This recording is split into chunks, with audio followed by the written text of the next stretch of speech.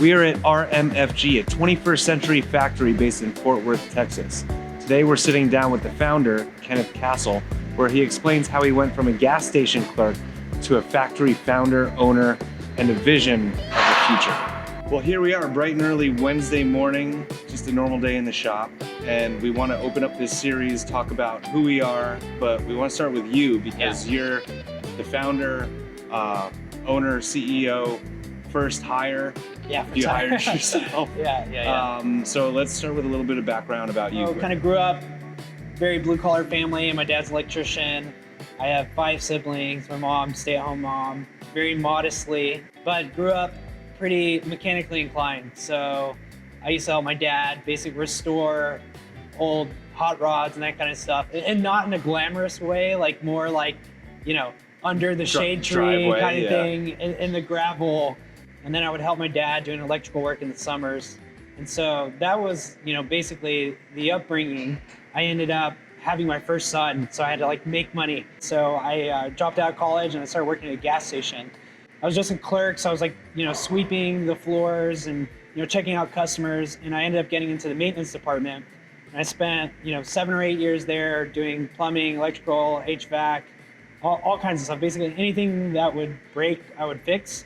It was a good gas station. So the gas station's Quick Trip, and they're we need to unpack what Quick Trip is, because if anybody's watching from a different part of the country or even somewhere else, Quick Trip is, I would say, top tier nationally. Yeah. So it's like a gigantic privately owned gas station.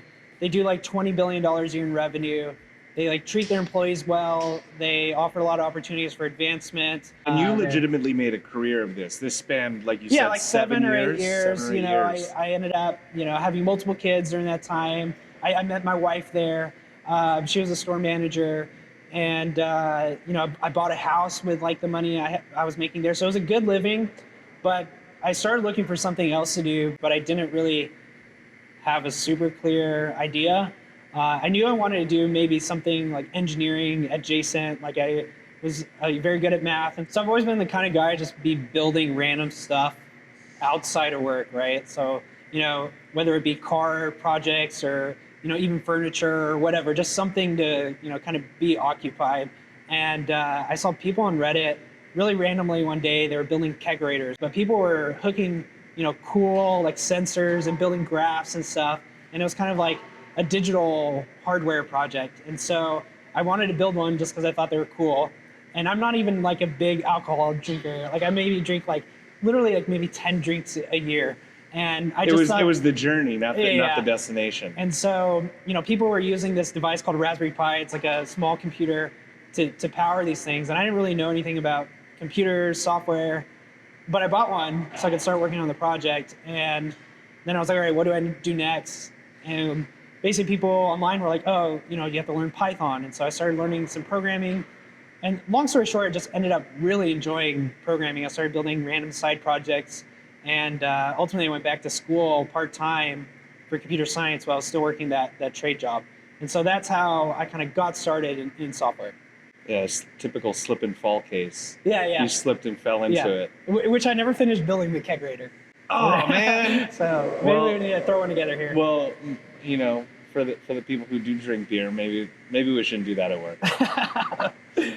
That's interesting. So I think, you know, because I'm a little fuzzy. I know a little bit about your story, but how did Y Combinator come up? Yeah, basically, long story short, on the software side, I go back to school for computer science. I spent about 1.5 to 2 years doing that part-time or working full-time job, and I get a software internship. And so I couldn't really have a full-time job, go to school, and have a software internship at the same time. And so I cashed out my 401k from Quick Trip, and I quit my day job, and I dropped out of school with the hopes that this internship would turn into a full-time offer. And they didn't tell me that. Like I was just convinced if I had more time and could like really focus on it, that it would result in, you know, full-time offer. And so it ended up working out, thankfully.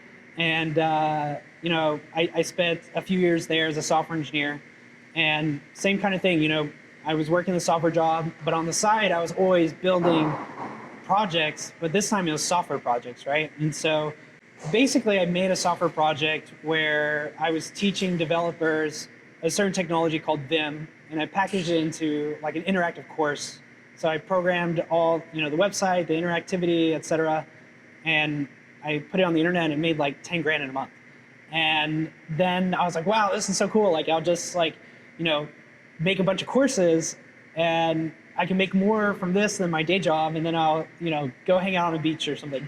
And I quickly realized like I didn't really have very much else to teach, but I knew a lot of developers who did, and the insight that I had was like it was more work to just package the course into like a consumable format and like build all the technology on that front than it was to actually just write the content.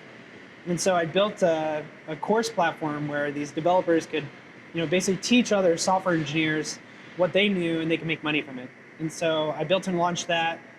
Customers started signing up for it and making content, and that's the idea I got into Y Combinator with. Familiar a little bit with Y Combinator, and really they're always looking for the next greatest people and ideas, because it goes beyond just the incubator. Yeah. Because they want to get these people and ideas, incubate them, and develop them into businesses, and then they have a whole funding apparatus. Yeah. But it's difficult to get in. They're not just selecting anybody. So you made that barrier of entry, and then. Yeah, I mean, I think a couple things are pretty big. So one, huge Silicon Valley outsider, right? So we're in Fort Worth, Texas. I never worked at a big tech company or anything. I didn't really know very much about raising venture capital or anything along those fronts, and so it was a big accelerant on that side. What are the norms, and all that side of things. So it was really big education on the raising capital side. But I think the other biggest thing was kind of the ambition side, right? So the default ambition for people who are in Y Combinator is they want to build $1 billion business or bigger. And so during the batch, you're seeing other companies, kind of start and grow and accelerate, or kind of go through pivots and keep going. And you just see so many stories of founders that are on this journey, that are building things, and ultimately kind of navigating this maze until they figure out something that works and kind of takes off. Did that make it real for you? Yeah, it was pretty real to see. Yeah. What happens. It made you think that you could do it too.